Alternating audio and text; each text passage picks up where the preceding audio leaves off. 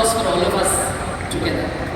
So may I kindly request you to please put your hands together to welcome Shri M.P. Vijay.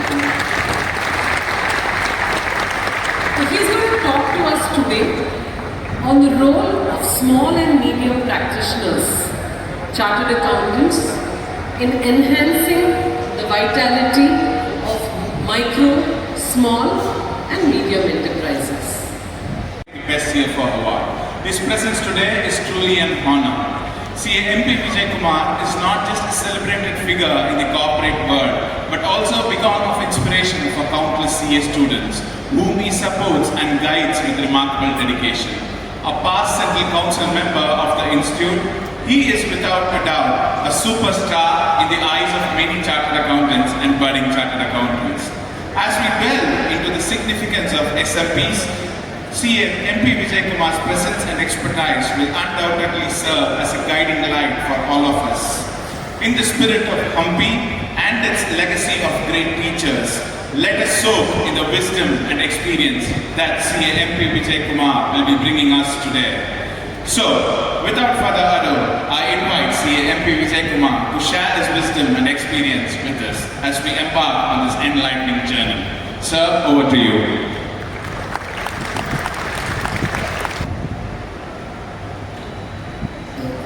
At the outset,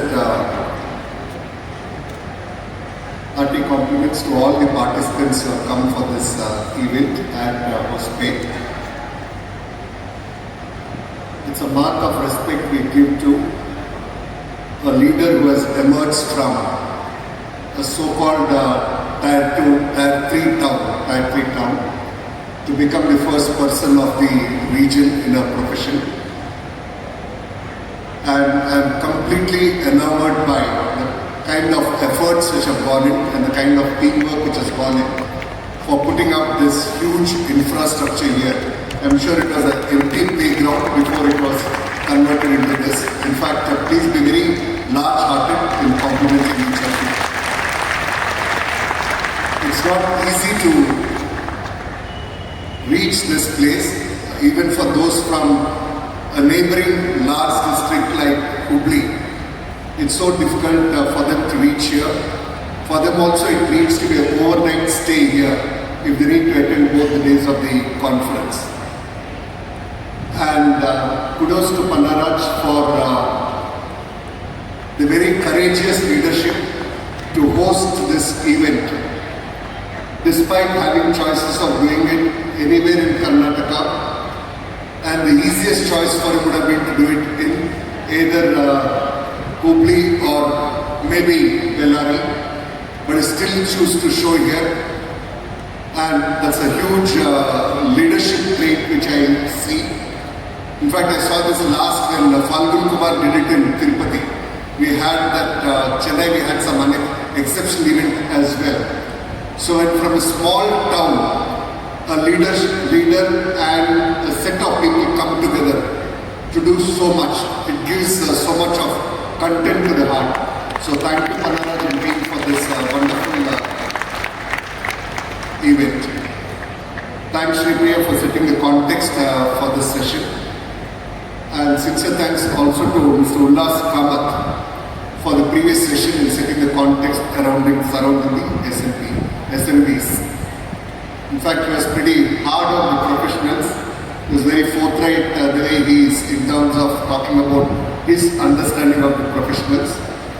Maybe I have a little different perspective, having worked with small medium practitioners for a very long time.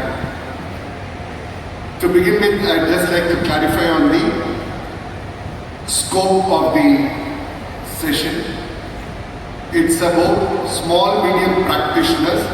Large firms obviously have a bouquet of services which they offer, and most here at least try to recognize ourselves as small medium practitioners as CFO services provider. There is this terminology called virtual CFO, etc., which is doing the rounds, and many people say that I offer myself as a virtual CFO and all, which is prohibited by the Institute as per the Ethical Standards Board directive. So what we offer is CFO related services. So services provided of whatever CFO function normally is for the SMEs.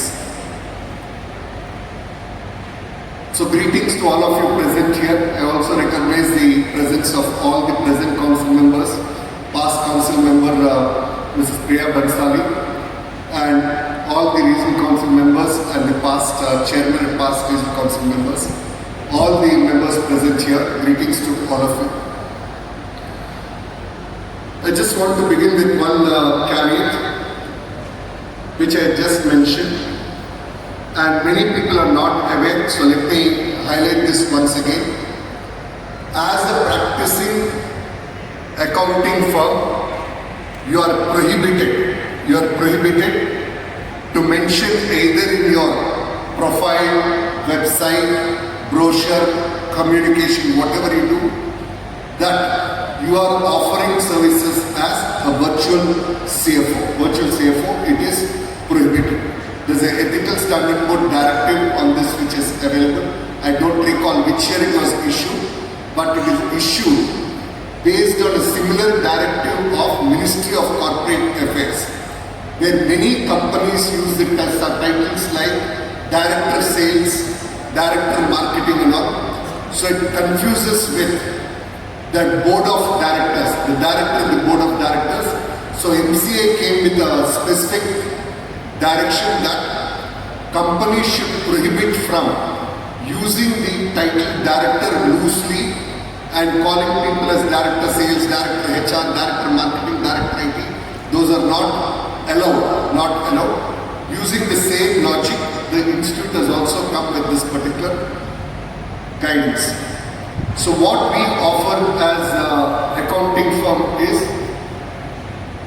CFO kind of services is what we offer as a service, where based on consumption, based on the extent of service offered, the client pays the fees to the accounting firm concerned.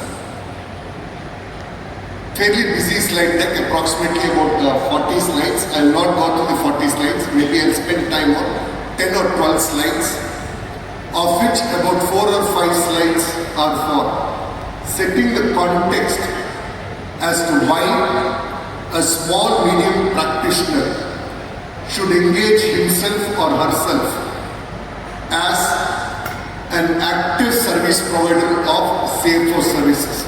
I will set the context based on my own experience, and this slide deck has been put up by a young chartered accountant, Ramesh Malela, who himself has been offering this kind of services. So the benefit of his own practical experience of offering these services, coupled with those of mine which I witnessed, which I put together in this deck. After setting the context across 4 or 5 slides, I'll move to probably another 6 or 7 slides where I'll talk about what exactly does it mean to be or rather to offer a CFO related services for a small medium business. Now, facts about small medium businesses, all of us are familiar. We heard it from Sri Priya, we heard it from Mr. Ullas Kamath earlier. And thanks to the revision of the MSME limits in 2020, MSME limits in mid-2020, where the limits were increased substantially. And as Daya mentioned, a lot of efforts from the institute in reaching out to the MSMEs. Of the 6 crore plus MSMEs which are there, almost about 1.28 crores of MSMEs are registered in the MSME portal. Just look at the statistic, it was just about 20 lakhs a couple of years back, and now the number of registered MSMEs are north of 1.28 crores. The other important development over the last few years is the Government of India allowing through SEBI alternate investment funds category 1 and category 2. Category 1 are more like early stage venture capital kind of alternate investment funds, and alternative investment fund 2 are those who enter at a mature stage, which means the business has started generating revenue, some amount of profits, growth is visible. So these two categories of AF, there are totally three categories. Of those two categories are allowed to invest 5% of their funds into the MSME sector. Whether there is traction happening, whether there is money being used by these AFs, I will present you a few minutes from now. Apart from that, budget allocation for MSMEs from the government tripled in the last 3 years from 7,500 crores, it's now 21,500 crores of support. This is at the central government alone. Apart from that, there are many state government initiatives also in terms of providing support for the MSME sector. Now, this is the definition change which happened in 2020, which actually expanded the universe of MSMEs. And earlier, until 2020, investments up to about 10 crores were treated as investments up to about 10 crores were treated as MSME. That limit has now gone up 5 times, and 50 crore, even considering inflation. 10 crore was the limit set in 2006. It was revised in 2020. 50 crore is a substantial number to give recognition to the sector and to give benefits to the sector in a very organized manner. And the good thing they have done is two things. One is an investment criteria followed by a turnover criteria also, which is about 250 crores of turnover. Till then you are considered to be treated as an MSME. The beauty of this 250 crores is the ability for working capital management. As Sripriya was mentioning, companies are required to do sort of naming and shaming, tell voluntarily how much are the dues to the MSMEs. And now we have in Caro also a specific observation on this, or in the financial statements a separate note on this. And with 250 crore limit, look at the number of organizations who will get the benefit of ensuring timely collections from the customers and improve their working capital as well. These are few statistics which I want to focus on. These are statistics of the small medium enterprises which have been listed on the Bombay Stock Exchange. And in the recent past, the small medium stock exchange platform came in 2012, but the last few years has witnessed a huge amount of activity. Both the stock exchanges, BSE and NSE, have a separate platform for listing of the SMEs, and as we speak, almost about 87,000 crore is the market cap of the MSMEs who are listed in BSE alone. 5,000 crores of capital has been raised in the BSE. Just look at this 5,000 crore amount as supported by debt of another 10,000 crore. Debt equity ratio of 2:1. So 15,000 crores of money has gone into the MSMEs in terms of growth of the business through this capital raise. Companies which are listed on the MSME about 456. And good thing is, out of these 456 companies, some of them, as they grow and settle down, have moved to the main board of the stock exchange. About 179 companies have moved to the main board of the stock exchange, for which the requirement is the post-issue paid-up capital of the SME should be at least about 10 crores with a profit track record of 2 years. Then you are allowed to go to the main board.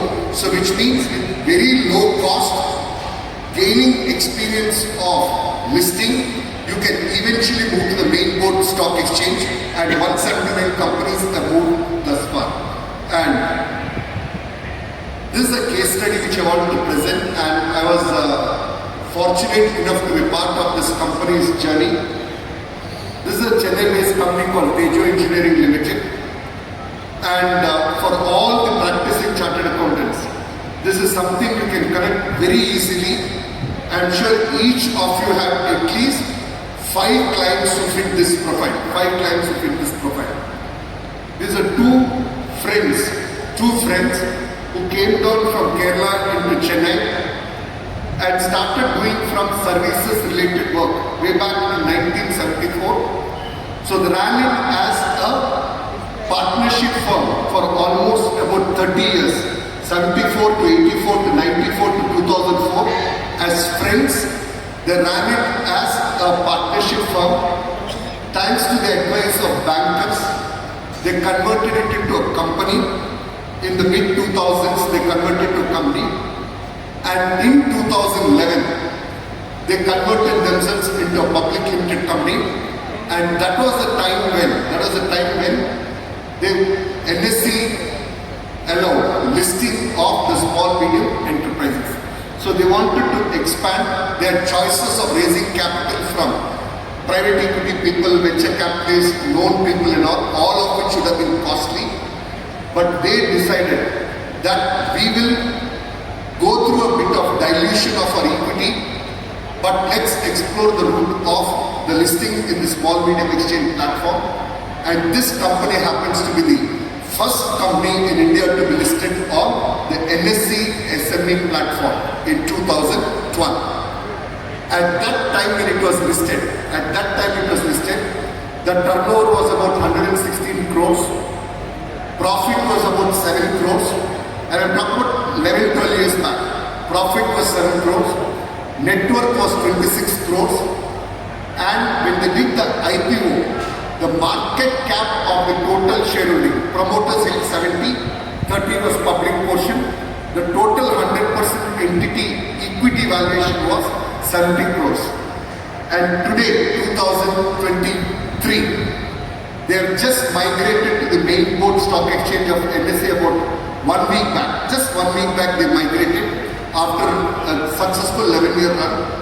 Exceedingly good set of board of directors right through the entire period, including the new board which is now, after a couple of us have retired, the new members have been added. Turnover of 474 crores, which includes operations in Australia, Middle East, Brazil and Chile. Profit of about 28 crores. Net worth of 180 crores, all of which added through equity, internal accruals for a period of time. And today the market cap of the company is 2,000 crore. And 11 years back, these two families, two friends, small families, who are running this 100 crore business could never have imagined that they would have a business which is worth about 2,000 crore.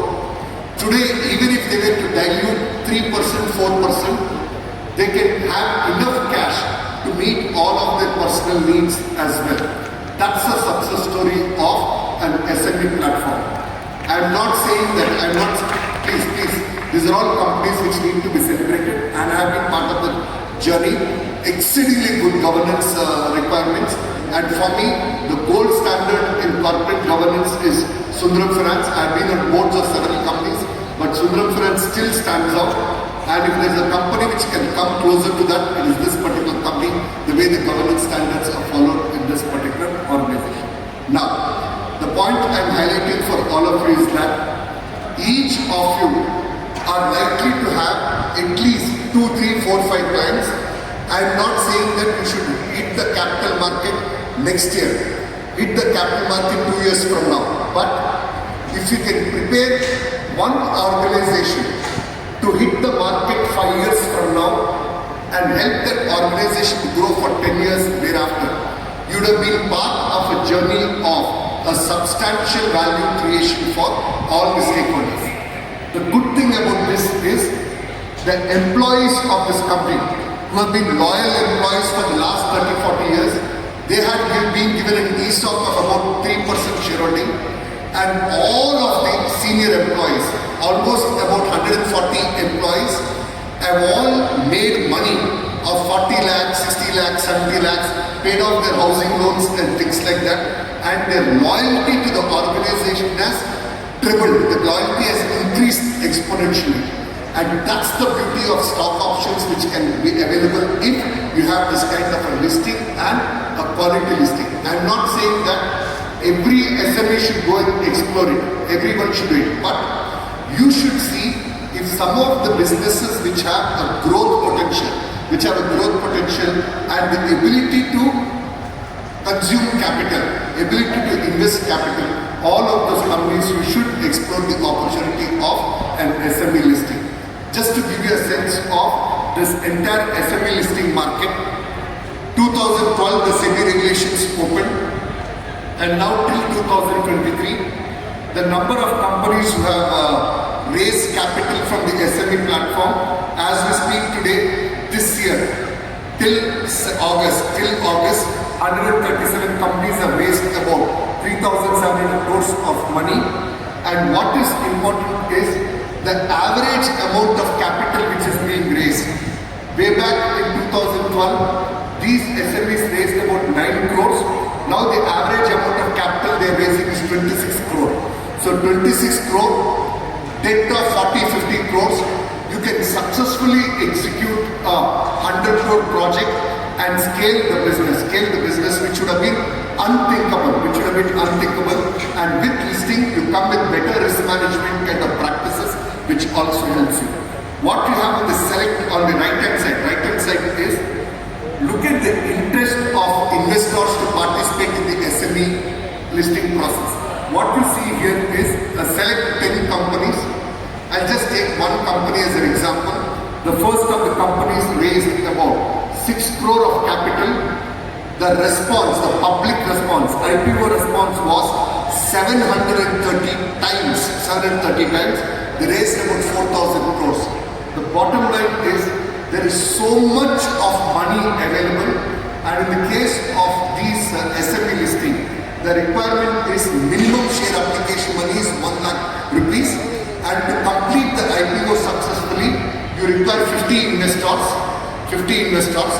and most of us within our circle, getting people who can invest 1 lakh, 2 lakh, 3 lakh, some people can write check of 10 lakhs, and to mobilize that money is not very difficult, and that's a risk many of them are now willing to take. And given the kind of IT business growth, ESOP, which many professionals have benefited from, these IT professionals who have got ESOPs and benefits, they are willing to put it back as risk capital in these kind of small businesses, helping this sector to grow. And the cost of repetition, I am not for a moment saying all of you get back tomorrow and see which SME I can go and list. That is not the objective. But the objective is to identify that there is this beautiful platform which is available for raising growth capital, risk capital, getting better risk management practices, and help the entrepreneurs to do better as well. Now, all of us are familiar about this terminology unicorns. All those enterprises have this $1 billion valuation, and we have about 58 unicorns as of 2021 who have created $180 billion of valuation. There are of course a few exceptions like Byju's which have been troubled by governance, but park them aside, but many of them have done extremely well, and everyone predicts that there will be at least 150 plus unicorns which will come up, and each of these unicorns, mind you, are small medium businesses. These are small medium businesses which have actually become a unicorn. It is for us to participate in the journey and see how to get the benefit of participating in the journey. One point which I forgot to highlight in my initial slide is, wherever you are working with a client offering these services, I strongly recommend do not take up assurance services. Do not get tempted to say that I will also sign the balance sheet plus I will also give these services. Let another professional handle the audit work. Otherwise the conflict will kill you at some point in time. What you can make from non-assurance services is a much more bigger value which you can contribute to the client as well as you can earn as well. So I would encourage that if you are treading this path for a particular client, do not take up assurance services. Let another professional colleague handle the assurance services. I'm sure when he does for some client, he will give the benefit of assurance business to you as well. And this is a very interesting statistics to know. All of you are reasonably familiar, but good to refresh this. The total US population of about 33 crores, of which Indians constitute about 0.5 crores, 0.4 for 42 billion, and the number of unicorns in US is 290. Of these 290 unicorns, the unicorns which have been set up by Indian technology people is about 67. What this actually means is Indians in US constitute 1.3% of the population, but in terms of the technology businesses and the value they create is about 23% of the unicorns. All of this happening in US, and in today's context, I don't know how many of you have seen, I don't recall his name, 2 days back he was mentioning that. I moved to US 30 years back, but if I was in India now, if I just finished my graduation now, there is no reason for me to go to US at all. All of the action is happening in India itself, and all of us know what's happening in Bangalore, what's happening in Chennai, what's happening in Pune and other places. Now, India is the third largest ecosystem supporting the startup businesses, and all of these businesses, we have an opportunity to participate. And please note, when these businesses are small, whether it is seed capital or up to Series A or Series B, all of those cases, the entrepreneurs are very strongly aligned into chartered accountants with whom they establish an emotional connect. So they will never ditch you and move out of you. It's important for us to participate in the journey right from understanding the business and helping the startups to succeed. Now, as far as the SMBs are concerned, given the fact that the industry is fully made up of entrepreneurs, most of the SMBs are started by engineers who have worked with some company for 15 years. He quits his job and starts his business. So for those people, the knowledge of running the business, the knowledge of finance, the knowledge of cost control, the knowledge of risk management is almost zero, and that's the space where you can actively participate and help that particular entrepreneur to succeed. So the statistics are here with you for you to appreciate. And my experience when I was in practice, and I'm sure Ramesh, when he put this slide deck, would have also brought in his experience here. The entrepreneurs are very clear in the expectation from you that one, help me understand the financial matters of the business better. Help me understand very simple manner, what are those 5 key metrics I should achieve, what I should track on a regular basis, and how do I manage my business. That's the first expectation they have from you. The second is they want help in access to capital.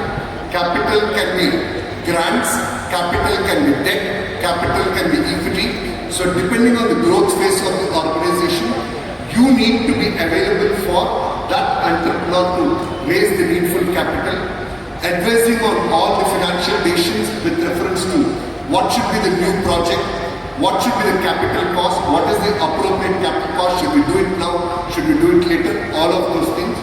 And fourth, very important expectation, I have experience from the entrepreneurs is, they want you to add to the credibility of this. They want your name, your standing in the society to get the goodwill to his business.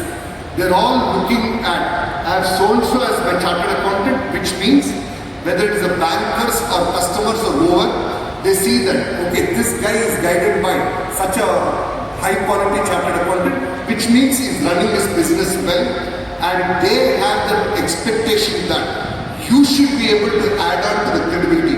You should not join an SMB saying that I will get credibility from joining that organization. Rather, you should be able to add your credentials, put your credentials into the block and help the SME to scale in terms of the recognition it requires across various stakeholders, and lastly, beat the competition and stay ahead. And as far as opportunities to be a CFO or virtual CFO services, there are startups where you can be engaged. There are companies which are going through troubled times, and you always come across MSMEs who go through enough number of troubles. So those are startups, there are companies available. There are second generation entrepreneurs where they require support. The child has studied abroad, come back, does not know so much about the India business environment, regulatory environment, customers behavior or vendors behavior. your ability to chip in and do that moderation and help that second generation entrepreneur across 3 to 5 years to settle down in understanding the businesses, help those SMEs who want to raise capital, and lastly, where they are large MSME segment businesses. Turnover has gone to 150 crore, 200 crore, 250 crores. How can you help in raising the capital? Now, as far as the SMEs organizations are concerned, in terms of the CFO services, what is very critical is the few elements, all of which are highly common sensitive, but it requires investing time and effort. I have seen many chartered accountants being involved with the entrepreneurs, supporting them and all, but many a time, they are constrained by their own personal time or professional time. My request is, if you have decided to back one SME or two SMEs, if you have decided to back it fully. Don't do it partially, back it fully. One is in terms of working capital management, get to understand the cost structures, the receivables, payables, and whether they are being paid on time. Do the complete follow-up for those organizations.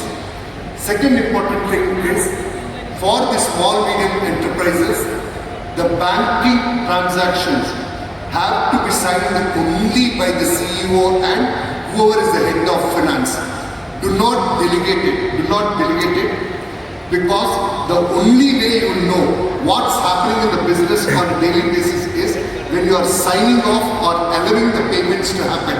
So allowing the payments to happen and monitoring the bank statements. That control is very, very important, because when you are signing off the payments, I'm talking about small medium enterprises, whether it's a 10,000 rupee voucher or a 2 lakh voucher or a 20 lakh voucher. When the person comes and interacts with you and explains the expenditure, your understanding of the business goes up. And I would strongly say that in the case of small medium businesses, do not try to take a position that it's below my stature to look at 10,000 rupee vouchers, 20,000 rupee vouchers. Do not do that, because many pieces people will do the splitting up of the vouchers and all. If small businesses are to succeed, the control of expenditure is extremely critical, and that will come only if you are personally signing off all of the checks and all. Otherwise, that control will never come when it comes to the MSME enterprises. This is not an authority to be delegated, It has to be handled by the person himself. The third thing is, as far as accounting is concerned, do not allow accounting to accumulate, do it quarter end, back, year end and things like that. Ensure it is like, try to get a good accounting team, very difficult to get one. We see if you can outsource it to a fellow accounting firm. There are many accounting firms within your own circles. See if one of those accounting firms can step in and offer you accounting services as a particular service. So see if that can be done, so that the accounting is done literally live on a daily basis. It costs a little, but having day-to-day accounting makes a lot of difference in terms of the quality of information which you have. Any of the business or product lines which are making a loss, ensure that you are taking those hard calls in a qualitative manner, support the entrepreneur. Prepare budgets, get the budgeting process done, particularly when the business has moved to 2 crore, 5 crore, 10 crore. Get in a budgeting process. Anything beyond budgets, have a different process for approving those. Get the discipline, because when it is small, it's easier to introduce processes rather than allow it to grow haphazard and then introduce the processes. Because once they grow in a haphazard manner, most people will think that my growth came because I was haphazard. That is how many people will get to think. So don't allow that. So when they are 2 crore business, 5 crore business, get the budgeting process right, introduce those tools and ensure that you are monitoring it pretty well. Expense approval process, as I said earlier, retain the control. Most importantly, the control relating to adding headcount. Many people, many organizations have seen, they tend to add 5 people, 10 people, 20 people, and they run into a financial issue later. Every person you add, the cost of that person which you pay, 4 lakh salary is not 4 lakh. It is the present value of the next 20 years salary is what you pay now. What you pay now. See it almost like a capital budgeting decision. See it almost like capital budgeting decision. So headcount decision requires the same kind of thinking like you do for a capital budgeting decision. If I am adding one person, I have to take responsibility for him for the next 20 years, including his career growth, salary growth, all of those stuff. So be extremely careful in approving the headcount, and it always pays off to have a lean organization because every business will have a downturn, and during downturns you can manage your business best when you are lean. Lastly, familiarize yourself with complaints. Every small business entrepreneur will rely only on the chartered accountant to take care of compliance, and we know we are a country of compliances galore, and it's so difficult to have all of the compliances in place. When it comes to compliances, whether it is Factories Act or Shops and Establishment Act or the labor laws, do not delegate it. Do not delegate it. If you have decided to offer CFO services, for example, in a large organization, the entire compliance function, I own it. If something goes wrong, it is my neck on the block. Nobody else's neck is on the block. Similarly, if you have decided to offer the services of a CFO, you have to take the responsibility of all of the compliances. On compliances, I have two inputs which I have. One is any document going to a government department, have a process where the letter goes only after you have approved. Do not allow some person at some location to send off a letter, because that person out of innocence will write something and tomorrow it will hurt you a lot. I have gone through enough experience on that. Any letter to any government authority, even if it takes that extra one day, if you have decided to offer the CFO services, you take the responsibility of signing off on that letter. And on compliances, I have this observation: compliances are burdensome, compliances are difficult, compliances are costly. But try non-compliance. Try non-compliance. It is fatal. It is a question of life and death. So when it comes to compliances, no point in cribbing about the cost of compliance and how difficult it is, but build a culture to say that I will comply with the laws of the land. And my own experience, let me share with you friends, I know some of the compliances are not practical, but they help you improve governance and long-term sustainability. Sri Priya talked about ESG. In ESG, G is governance, which includes compliance, and the ability to build an organization where top to bottom, everybody has this culture of compliance is extremely important. So on compliance, take that ownership and responsibility of compliance with every legislation applicable to the company. I have seen organizations where non-compliance with the labor law, notice comes, shut down, and business is running into problem. Non-compliance with environment law, notice comes, shut down, and entire value creation disappears. So given this background, on compliance, no delegation whatsoever, own up the responsibility of a full compliance. Now, let me just skip some of these slides. Just let me spend a minute on this slide. When it comes to raising capital, for many of you, as you build reasonably successful businesses, good business model, good industry, good sector, you will always have private equity capital chasing you. You need to decide based on your entrepreneur's ability, his working style, whether he can embrace a private equity holder, investor. Private equity guys are not easy to work. They will add lot of value to you, but they will add lot of value to you, but they will choke you every day, morning and night, for performance. Because for them, it's about exit with the highest possible return. So in this backdrop, raise private equity capital only if the entrepreneur has a mindset and the ability to work with a private equity partner. It's not easy, and in that context, more often than not, it is easier to work with. More often than not, you have this alternate capitalizing models like the SME platform. Now, so let me come to the close, and while I come to the close, I just want to spend one more minute on what Sripriya mentioned on ESG.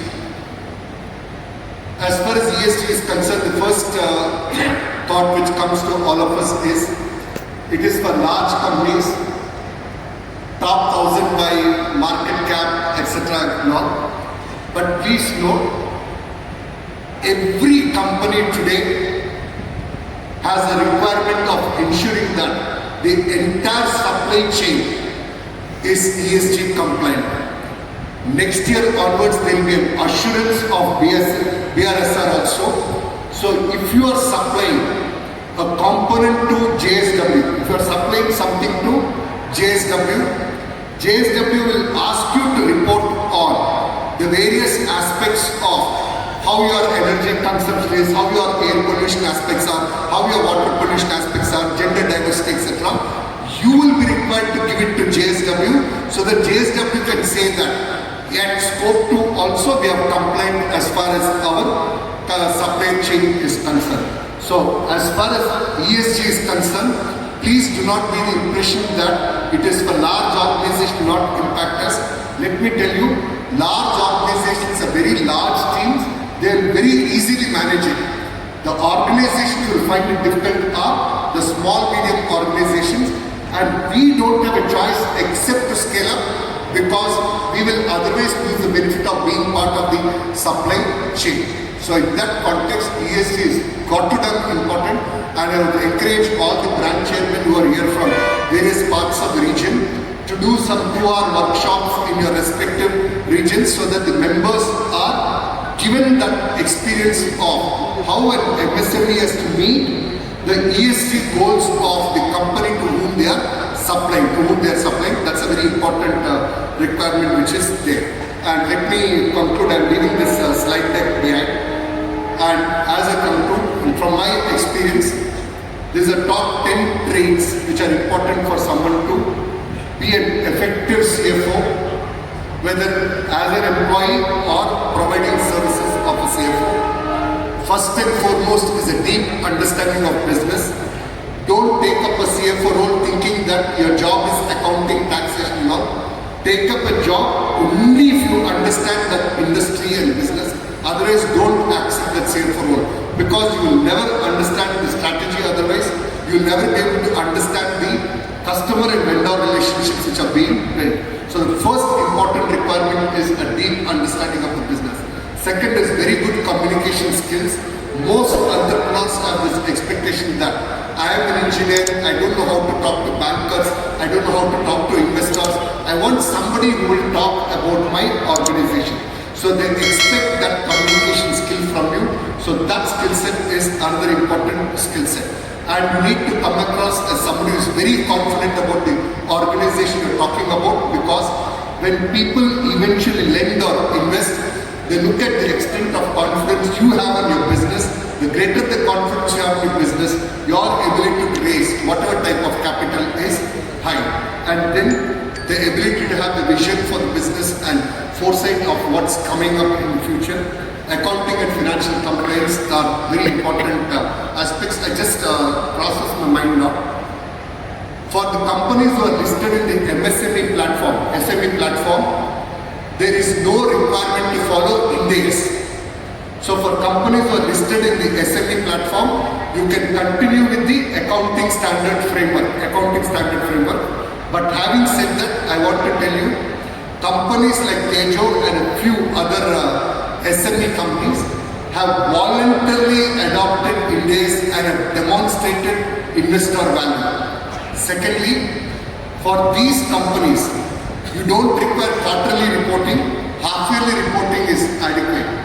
For the SME platform, similarly, BRSR is not applicable, but there are companies like Tejo in the SME platform who have voluntarily reported BRSR compliance, BSR reporting for them, and in fact they are getting ready for even an audit for this year, even though it is not mandatory.